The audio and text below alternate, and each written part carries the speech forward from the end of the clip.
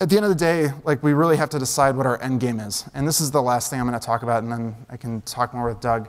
But what's the end game? And in a product company, you usually are already thinking about an exit strategy, maybe even before you start.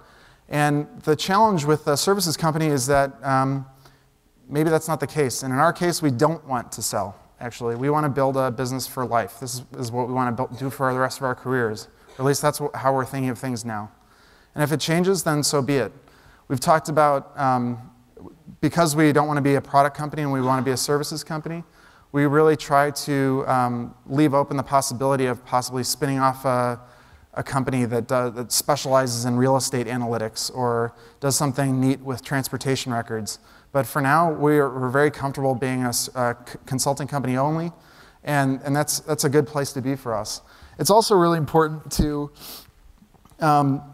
recognize where the possible buyouts could come from, though. And we actually had a really interesting thing happen to us this past fall.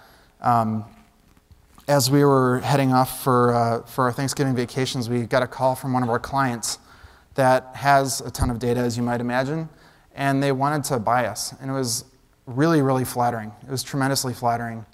And we looked really hard at the scope of the offer. We didn't even get down into the numbers because for us it didn't matter. We had a client relationship, and if we started talking about numbers and then we said no, that could cause some really bad problems personally. So we were just exploring the possibility of being bought out, and what we quickly realized is that it was a culture thing. The cultures weren't quite aligned. We have this creative space, we want to build on our creativity, and what it ended up being in that particular case is that we would be really encouraged because they have shareholders, they're people that want more money at the end of the day for the value. So we would really be driven more towards a product company in the long run, and that's not something that we wanted.